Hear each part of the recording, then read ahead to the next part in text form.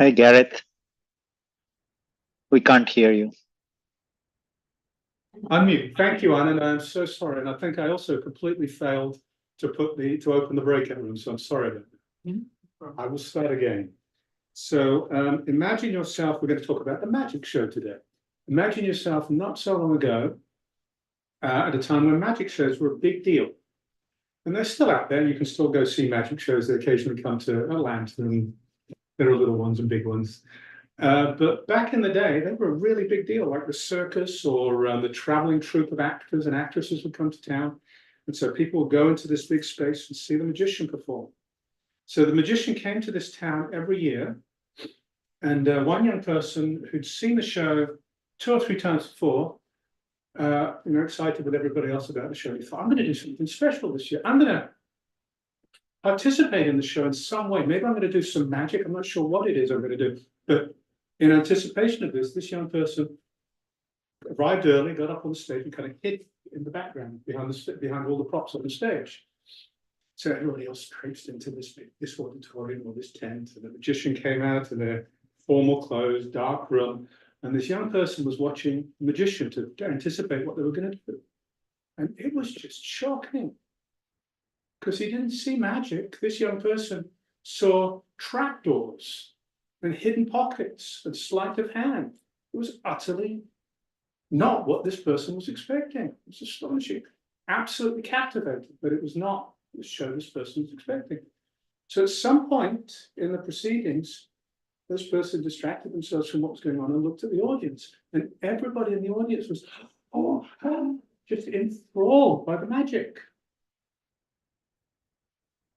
So after the show, the person kind of slipped out with everybody else, and one of his friends came up and said, "Did you see the show? It was wonderful, wasn't it?" And this person just kind of ummed and ahed, and this friend said, "You were there, weren't you? And you arrived at the same time. You were there, and then you left. So what did you think of the show?" What could he say? It was amazing. It really was. It was different. So the analogy is obvious, right? I mean, we are here, and this is all a magic show. It's all a magic show. And thank you for it. And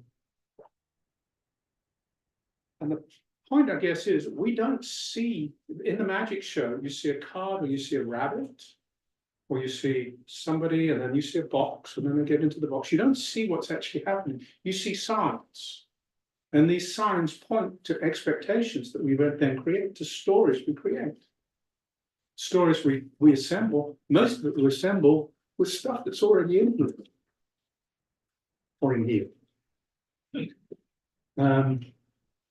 So it's not what's out there, it's what we do with the signs. So we are analyzing this in the wrong direction. We're analyzing it based on what we think's out there, and we should be analyzing it based on what's in here. The signs aren't the things we see out there. The signs point to the things in here. And the things in here: attraction, aversion, delusion, greed, anger, ignorance, however you want to label it. That's what the sign is pointing to. We see a sign, cookie, cup of tea, pack of cards, and we reach out for it. That's the sign, and the thing is the reaching out and grabbing on and spinning the story. That's the illusion. We're all caught in this illusion. It's a magic show. It's beautiful, but seeing through the magic is amazing. And not being fooled. There's a story I told in that presentation yesterday, which it's a sutra, and I'll remember the rough part of it.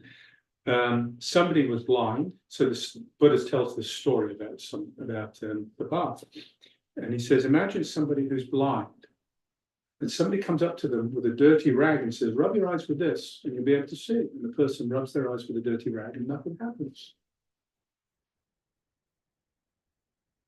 And then the person encounters a doctor, and the doctor says, oh, I think I know what's wrong here. And the doctor gets some herbs and some potions and stirs them all up, mashes them, adds some liquids, and says, drink this.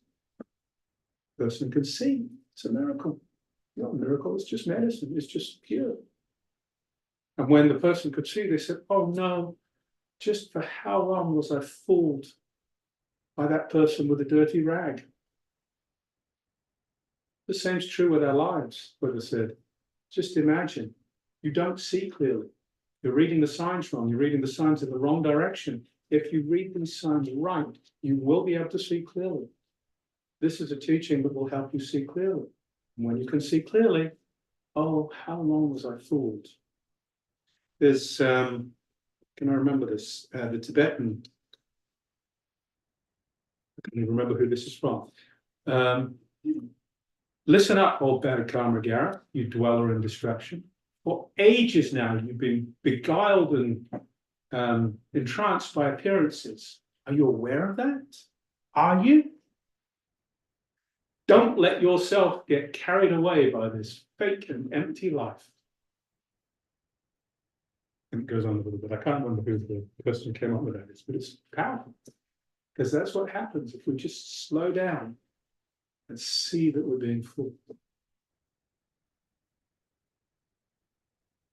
So the teaching, I mean, impermanence is known, right? We all know impermanence, but it's just a story. The teaching gives us the tools not just to understand, but it gives us the cure. The Buddha was a physician. You know, the Four Noble Truths are suffering, or dukkha, the end, dukkha, suffering, disease, discomfort. The cause, that is possible to cure it, and the way to cure it. The way to cure it is medical. I mean, this is a medical diagnosis and cure. The way to cure it, I'm getting ahead of myself, that's the Noble Eightfold Path. But you know, you can see it's a diagnosis and a cure. So the path offers the cure. And how do we deal with not seeing through this magic show? Well, the first thing we can do is let go. Let go of things. The problem is this holding on. So we try and just notice when we're holding on and just let go. Let go of everything. But let go of, I don't know, what is it I want right now? I'm not going to have my tea right now. Later. You know, let go of everything that comes up. I'm feeling irritated by something that happened. Let that go. There's a book that we were talking about yesterday. I want to go buy it. Let that go. Just letting all these things show up, letting them go. And a lot of the time, letting it go is actually letting it in, because when we try and let go of things, a lot of the time, what we end up doing actually is we put up a barrier, we reject it, but we're putting up something that gets between us and that thing, which means we're creating a wall that we're holding on to. This aversion is actually a thing that we create, that we hold on to. So letting it go is taking down the barriers, and then we become porous, stuff just flows through. So the first thing is just this letting go.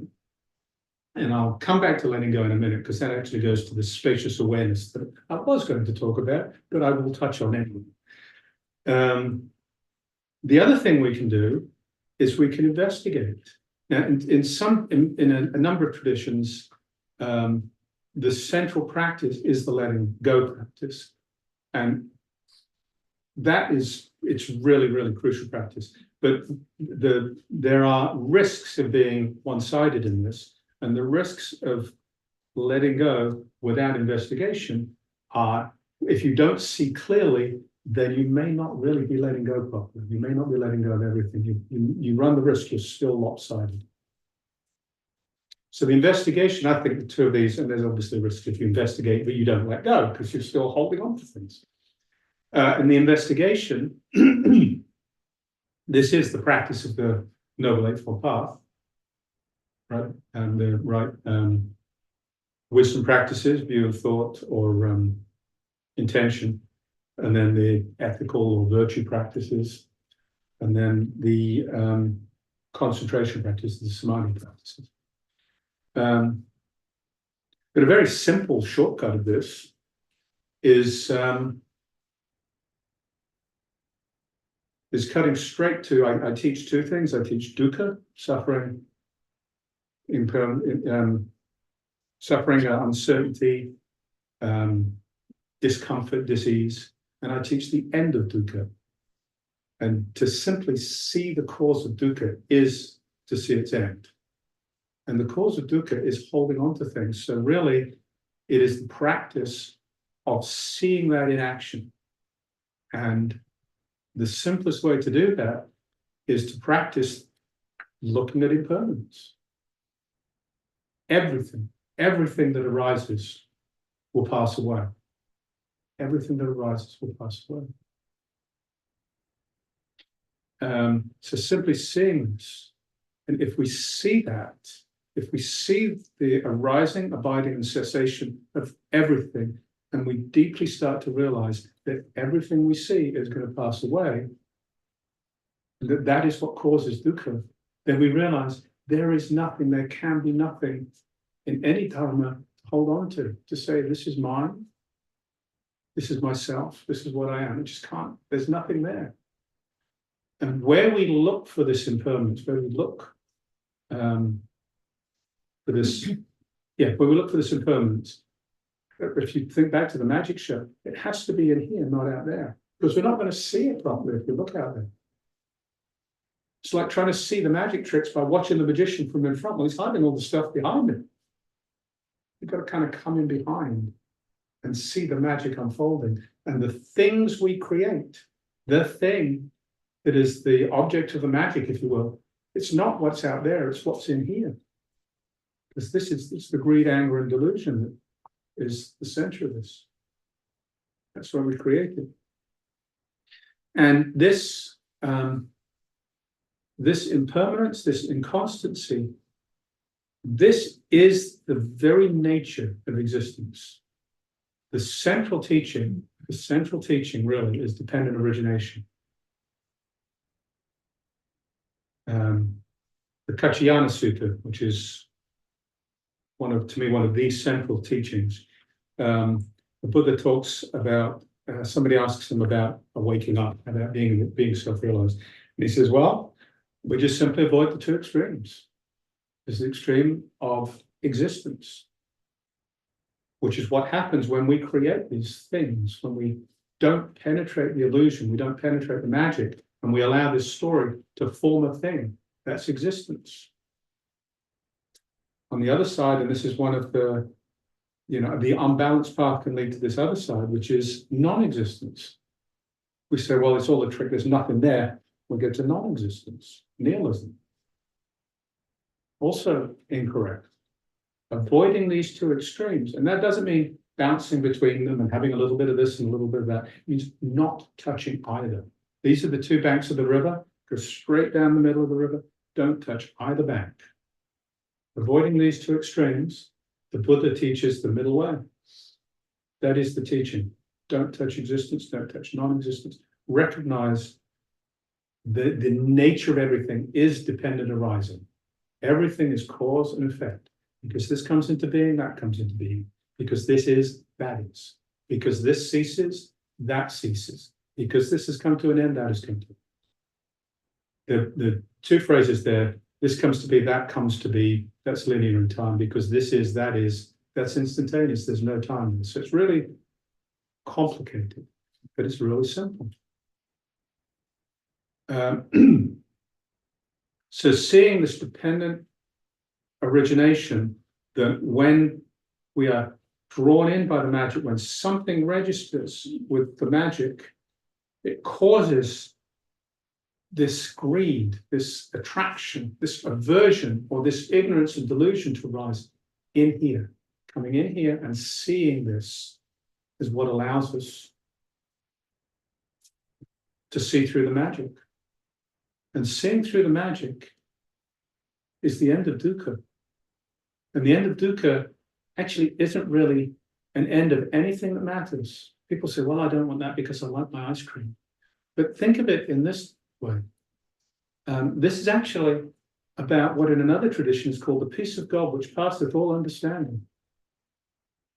This is about finding that deep, true peace that isn't dependent on anything, doesn't require anything, doesn't cause harm to anybody. It's just peace. And the end of dukkha is simply taking down the barrier, breaking down the barrier that is hiding us from peace. The act of our investigation, the act of our letting go, is simply bringing that barrier down so that that peace can come forward. And it's beautiful. We're not giving up anything that matters. We're moving into peace. And from that place of peace and deep understanding, the world is a beautiful, beautiful place. Understanding how the magic trick works and seeing how everybody's engaged in this magic trick is extraordinary. Just extraordinary. So I'll come back to the first piece, which is, so that's the focusing on the investigation. Coming back to the letting go. The experience of letting go is nothing lands. It's just you feel light. And when you're overwhelmed, there's too much going on, and somebody gives you another task and another meeting and another phone call, and there's more stuff to do in the back garden, and don't forget this project that you agreed to take on. So it just gets heavier and heavier and heavier. This is when we start letting the stuff stick. But if we imagine being given a break from this, a bunch of people come around and they say, oh, I'll take care of that. I'll take care of that. Oh, you don't need to do that. That doesn't matter. It's just start feeling lighter. You're letting go. So this letting go is opening space. And when we experience that letting go, people talk about spaciousness. Like, oh, I've got some space around this. And you've got a problem, and in order to focus on the problem, somebody said, well, to advise you, create some space around it. And what they mean is let go of some other stuff, give yourself a little more time, create some space around it. So we use space in this sense in everyday language. And what we're doing is creating spaciousness. Spacious awareness is the awareness that arises when this spaciousness starts to happen. And many of you have participated in or heard, there's a particular guided meditation. Lisa Ernst, who's my teacher, uses it. I use it occasionally. And there's a lot of people out there who use it. It's very common, which is like a mind-like sky is often what it's called. And what you do is you start by just following the breath. And then you notice the gap between the in-breath or between the out-breath and the in-breath. That's usually a longer gap. So you notice when you breathe out, there's a pause before you breathe in. And that, you breathe out, and as you breathe out, that breathing out is a very calming activity. So you breathe out, you move into the settled place, and then there's that pause. Notice that pause. Breathe out, breathe in, breathe out, and notice the pause. Notice the pause. And then stay with the pause, and you notice that it stretches and it overlaps the in-breath and the out-breath, and that actually it contains the in-breath and the out-breath. The in-breath and the out-breath emerge out of and return to this stillness, this space, without disturbing the space. And then you realize this space, it's like the sky. Clouds float through the sky.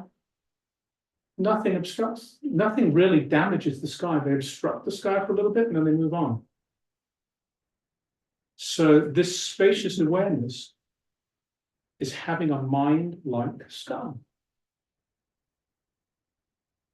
So the two practices that I end up with offering you today and recognizing the value of both of these in terms of bringing peace to your life and just this constant internal investigation, not investigating outside, but this internal investigation of feeling what's happening and noticing the physiological and emotional response of attachment or aversion. You can feel this in your body. The heavy ones you can feel more easily, and the more subtle ones, they take more practice and more settling, but they're there too. And eventually you can spot the most subtle and let those go too. So noticing these internal activities of attraction and aversion as the magic show unfolds. And then creating opportunities in your life. I mean, you can do this spacious awareness practice with your breath while you're driving the car. You can do it while you're watching the TV. You can do it grocery shopping. You can do this anywhere. and start to create this space. And these are two mutually reinforcing practices that will help us settle down, they'll help us bring peace, they'll help us bring clarity to our lives.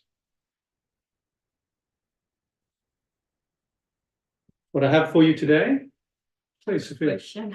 Yes. I don't know if it's allowed, it's my first. This is time exactly here. right. That's exactly what I was going to ask for. Please. Nice to meet you guys. My name is Sophia. I'm just starting to study. I'm starting to get in touch with all of what we are doing here. And I find a contradiction about this. You was saying about let it go, right? Yes. In my culture, I'm Colombian, we are so attached to people, like super attached. It's different than Americans. But the point is that I noticed that sometimes the harmful things sometimes are people. And sometimes you feel that you have to let it go people. But we say that we don't like hurt nobody. So what we do when by letting go the person feel that we are hurting them. So that's the contradiction that I feel, because that person feel hurt because you're like finishing that relationship, that friendship, that even family. So what we do there when we feel that we are hurting, but we actually don't want to hurt that person. So is there like, it's very difficult. Yeah. I'll give you two personal stories that kind of point at this, and we'll see where this goes. Story one, many years ago, I was a high functioning alcoholic, still alcoholic, right? I haven't drunk in many years. So, you know, I'd always find excuses to drink. And when there was nowhere around, I didn't drink alone, but I'd always find people to drink with. I did drink alone, but I don't generally try and find people to drink with. And so, you know, I had a lot of people that I drank with. Monday night football, I'd go to a bar and watch Monday night football. Purely so I could have a drink. I didn't know who was playing or anything like that, right? But no, I wasn't born and raised in this country. So when I quit drinking, there were a bunch of my friends just drifted away because they weren't my friends. We were together in this enabling relationship. It was all about drinking. It was this mutual enablement of drinking. So those were relationships I just simply didn't need to be in. They were unhealthy relationships. I remember one particularly difficult one associated with that. My parents were visiting, and they used to visit every Thanksgiving. So we were going around the grocery store to buy, you know, big birds and lots of vegetables, and we went down the wine arm. My dad, to his dying day, my dad drank a bottle of wine a day, roughly. I went down, as we went down, and I said, we'll go down here, Dad, because I know you want something to drink. I'm not going to be drinking. And he was really upset with me. Because, you know, that he thought I was doing that to project him. It was nothing to do with him. We each own our own responses. The practice is a practice for each of us. We take this on to create a safe space for us. And we get to choose. So there are a lot of contradictions. Another one, I'm divorced and remarried, and I have two kids who are in their mid-late 20s. When we divorced, it was about 12 years ago, my kids were in their late teens. And my wife was really angry. My ex-wife was really angry. She still is, still very angry. My kids were, at first they were cool because they, you know, when we sat them down to talk, my daughter said, "Are you going to tell us you're going to get divorced?" Kids are smart. So they were fine, and then after a short period of time, they weren't. They were really angry, and they said, "Dad, we don't want to see you for." So it hurt, but it was the right thing to do. So we didn't see each other, and then they came back. And I now have a relationship with my two children that would not have been possible if I'd stayed in that marriage. And they know it. My daughter has expressly offered that up to me.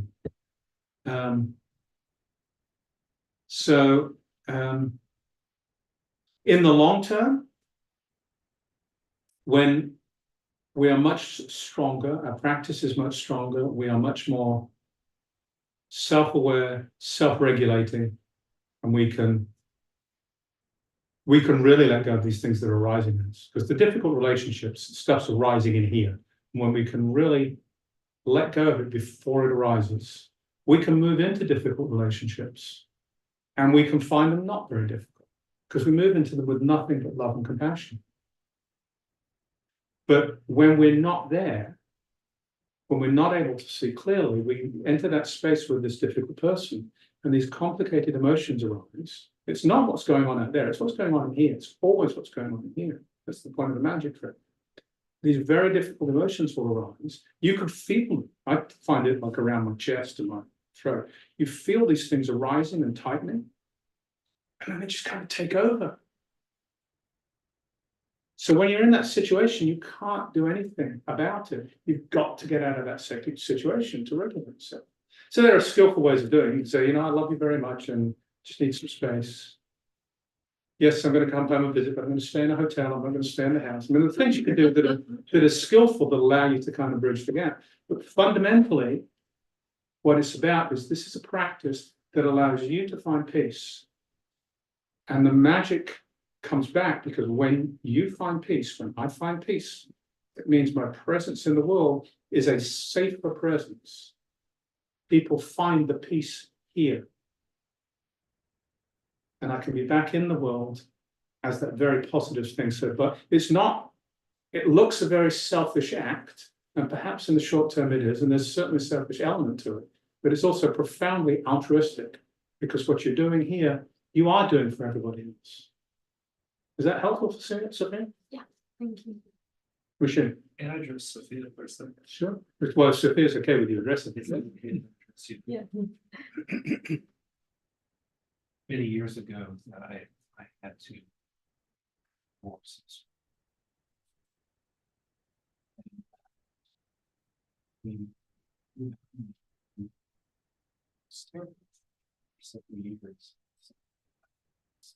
person is great. It all came to an end in the court proceedings.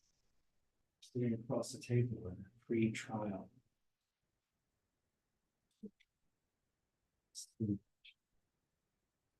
My wife and his wife tried to have some that marriage. So every reason he's here, they're scared, afraid, angry, sitting across that table with this person. I said to him, asked the line, is not going to address you. I agreed to say, I said, you're better than you, wonderful life.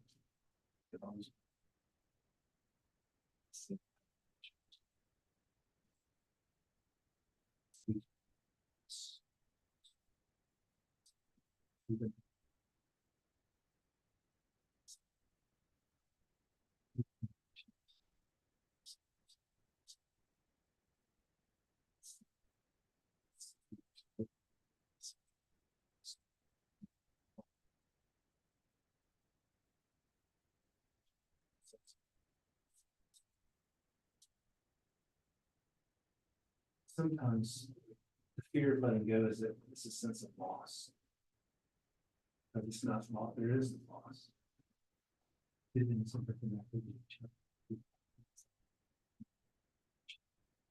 Have compassion with yourself. You can find compassion first. Forgive.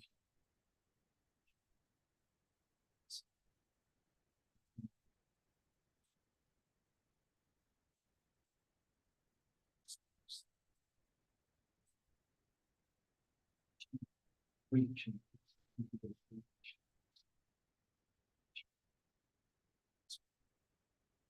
Lauren, you had something.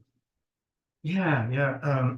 Your story about magician brought an early memory, one of my fond memories and one of the first learnings about it.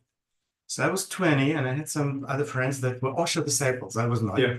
So we did Oya board, you know, the one where you have Yeah. a cup and you put the finger. And the thing, of course, wouldn't move. And I was also a scientist, right? So I decided to start moving the cup. And it was lots of fun. I emulated the spirit of Osho, and he was hungry, and he asked for some soy sausage from the fridge to put under the cup. It was a great evening. So the next morning, I'm going to have a walk with my friend Chinta, who hosted the event. And I said, hey, Chinta, you know who moved the cup? She says, well, Osho did. I said, no, I mean, who really moved the cup? He says, well, Osho did. What do you mean? I said, come on, you can't really think that Osho moved the cup. I mean, I moved the cup, She got really angry at me. And she said, you're lying. You're trying to deny the experience. You're all scared. So she was so tenaciously holding on to her illusion, in spite of me admitting the truth, right? So now, in retrospect and in light of the magician story, I'm thinking, as Jung said, one does not get enlightened by imagining figures of light. One gets enlightened by making unconscious conscious. The latter, being uncomfortable, is not popular. So for her, holding on to her story, meaning comfortable illusion, was much more priority than seeking the truth, even hearing the truth. She denied it. And I find that to be true to most people, that priority is seeking comfort rather than seeking truth. Now, for people in this room, it's probably the other way around. And that saddens me, but also explains lots of things, like my interaction with my friend Chinta when I was 20. I'm going to try what you said a different way. Most people seek comfort, not truth. Underneath each of those, most people seek comfort in order to be happy. Some people seek truth in order to be happy. What's the common denominator there as you go through it all? We're all seeking happiness. Some of us, we use different approaches to seek happiness. And when I was a high-functioning alcoholic, I was seeking happiness. Much of my life was miserable, and this was my way of escaping it. And it was miserable because of the way I was dealing. There's nothing out there that was miserable. I was getting into places where I was completely overwhelmed. I was taking my career way too seriously. I was taking this apparatus way too seriously. So the only way I knew how to deal with that and move away from the misery was alcohol. Profoundly unskillful. So we're all just trying to be happy. And what we've all got to try and watch out for is where we're being skillful and where we're being unskillful. And seeking truth as a general point is going to be a more skillful way. But it depends what that truth is we're seeking, because the truth is here, it's not here. So, I want to add to that, Natalie. add to what Gordon said.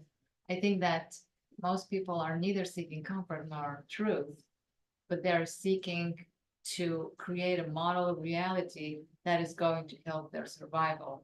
And that model of reality could involve truth and could involve illusion, as long as it's helpful for their survival. That's the model they will create. Because the reality changes all the time, that model has to be updated. And so there you see contradictions, and some truths come up to the fore and some delusions are maintained. Yeah.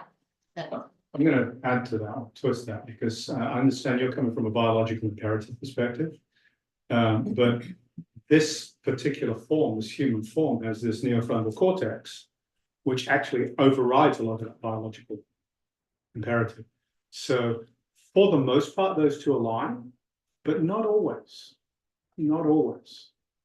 There is this emotional need that overrides the survival need. So there's a yes but in there. Rushan. We speak about the dependent arising.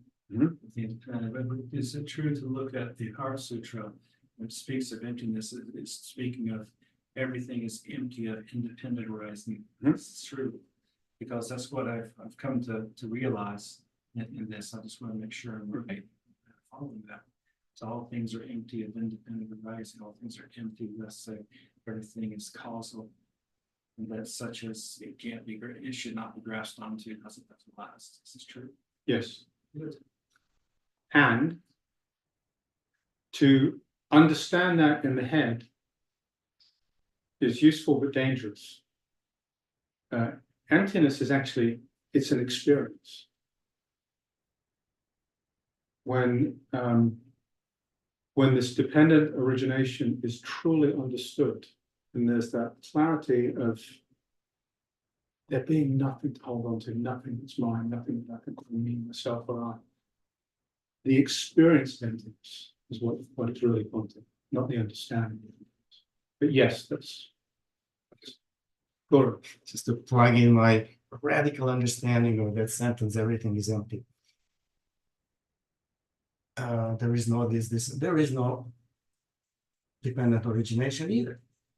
That's also a concept and illusion. Because says even emptiness is empty, right? In Heart Sutra. It says nothing that is not empty, literally nothing. That's my radical understanding of it. Now, you know, it's not even an experience because experience doesn't exist. It's empty. So everything is empty. It's a very strange concept, but I've been pondering it for a long time. It's kind of fun for me. So if you look at the structure of teachings, the Heart Sutra was a teaching that arose after the Pali Canon. And the word empty and words empty and emptiness, that flavor does show up in the Pali Canon, rather more than people realize, but it does show up in it. But Buddha in the Pali Canon doesn't talk about emptiness. And the reason he doesn't talk about emptiness, he uses the tetralemma. He says, you can't say it is, you can't say it isn't, you can't say it both is and is not, you can't say it neither is nor is not. It doesn't land. There's just no way of describing it, so stop trying. And he set up, there's 10 unanswerable questions. Is the universe finite? Is it infinite? Does a Buddha exist after he dies? Tathagata. Does a Tathagata exist after death? Does a Tathagata not exist after death? Does Tathagata both exist and not exist? Neither exist. So that teaching avoided the problem of positing emptiness, which is what problem the Heart Sutra creates.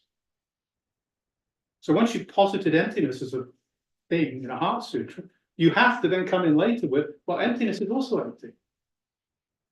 Because it is. But it's avoid the two extremes of existence or non-existence. The extreme of non-existence is getting stuck on emptiness. So you have to come back to the middle and say that too is empty.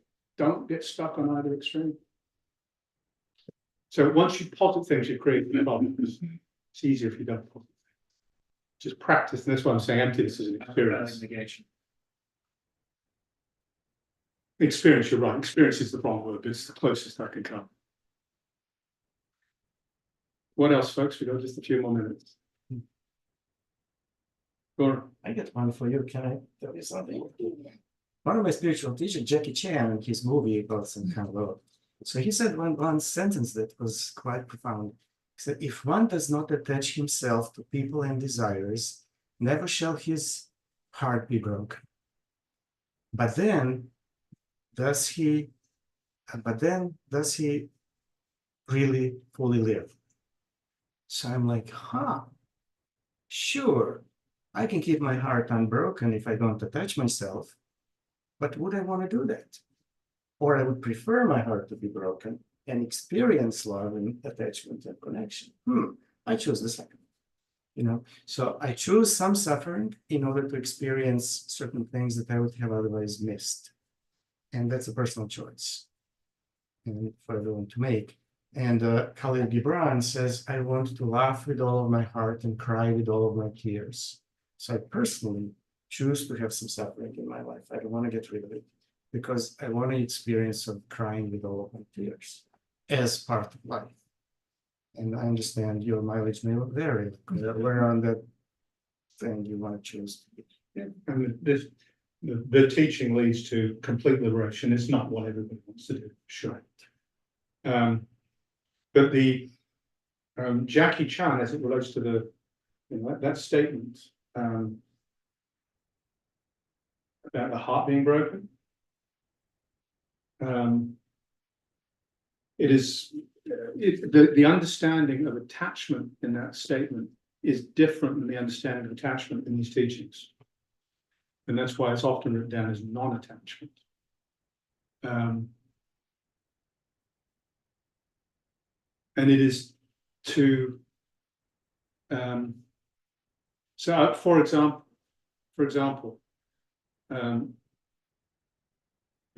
some people will say, well, look, of course, when Buddha's key disciple, when his mother died and so forth, the Buddha would have cried. Well, no, he wouldn't. Not for his loss, because the Buddha wasn't there. There was nobody this side, the Buddha's side. There was nobody to cry. Nobody there. But what would have happened is the Buddha would have been completely aware of all of the suffering among everybody who was impacted by it, and would have been completely present for all of that suffering. He would have been open to all of those hearts that were breaking. So there's something much, much richer and deeper about this, about what we're pointing at here. It's this incredibly deep, intuitive connection with all suffering. And living is essentially in a state of, well, there's no state there, but it's living tuned into all of the human suffering and all of the suffering and all of the release of suffering that is in the world.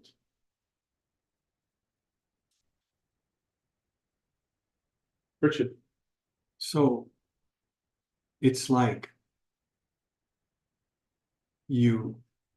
bodhicitta is like an expression of Buddhism of heart mind, or as one of our teachers put it, broken-hearted sadness, right? And so in our practice, it's very important for us to see our suffering, face our suffering, acknowledge our suffering, our own suffering, and the suffering of others, and then learn to transform suffering. In other words, into non-suffering, to see it for what it truly is. But also, it's not something to avoid. It's something to acknowledge. And that's really, it's a very important point, because it's like, as we talk about it, but suffering could be the littlest thing. It could be there's no tea in my cup, right? It could be that the cookies are gone. It could be that my car has a flat tire. It could be that I lost my son. It could be anything. So all these things are suffering, or dukkha. Suffering is really not the best word. But we have to kind of be with that, experience it, and then let it go. And practice. That's the practice. When we attain whatever we attain, I don't know. I mean, what do you think? I mean, it's like you're talking about what's beyond that. This is why I talked about that you need both sides of this. Yes, there's letting go. We own it, we experience it, and then we let go. But there's also, crucially, there is the investigation, because you pointed at one of the risks of this whole thing. If you don't investigate and see where that suffering's come from, you will not actually, dukkha, I agree. When you don't see where dukkha's coming from, you're not going to unfold it. We're going to stop and finish it. Finish. We're not going to. You're not going to be able to unfold it, and you're not going to be in a position to really be there in and with the suffering of other beings, which is where we're trying to take ourselves, to where we can really be there to relieve all suffering. It's cool to end this suffering, but this combined practice opens us up to where we can be there with all the stuff. We need to finish with the time. Could this be an example where some? Okay. So let's do announcements really quickly. I want to say something on announcements before. No, is that what we do next? Announcements? No, we do the 4 hours next, don't we? And then the announcements. We do the 4 hours. Yeah. Let's do the 4 hours next, which is on the inside back cover of your little card thing.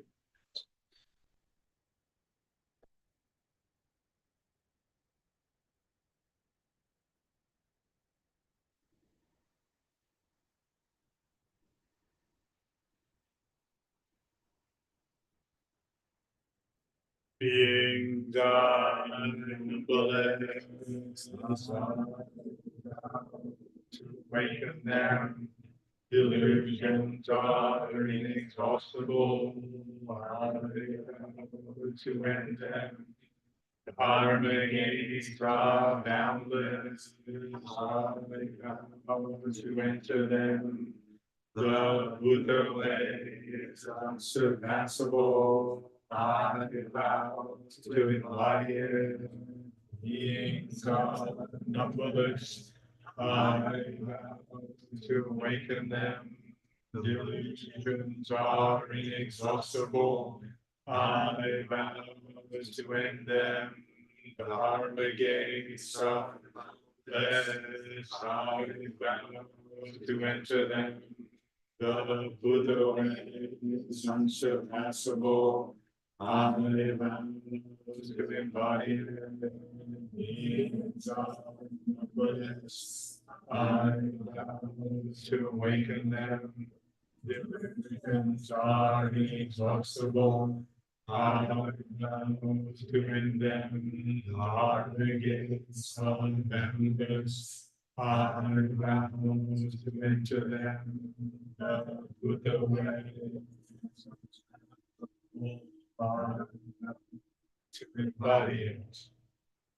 Announcements. So before you pick up, Bruce, I want to just say one thing really quickly, which is volunteering stuff. So you've all seen email. Well, you have most of you have seen emails coming out about volunteers and so forth. What's happening there is this is acknowledging that this is your song and you're stepping in, help and run it, do all those things is wonderful. So be patient with us as we figure this out. We're trying to help facilitate this. There've been a lot of wonderful responses to questionnaires and you will hear a lot more about this. If you have any questions, Kevin is the person who really point on making all this work. So you can reach out to Kevin and to me, and I will also help. But please do just take a look at what's out there and see if there's something that feels right for you to take on. Did everyone get that email on the volunteers? It wasn't, not everybody would have done. Most I people. have to check. Yeah, but I know you have to check your email all the time. Attachment. Check your email. That's good. I like not checking email. I need to do this. The reason I asked. Is there an attachment to- Whether that went out to Take a look. just the active members, It went to a select, it went to a bunch of people, but not everyone. I can tell you later. didn't go to all the contacts, okay. All right, so announcement.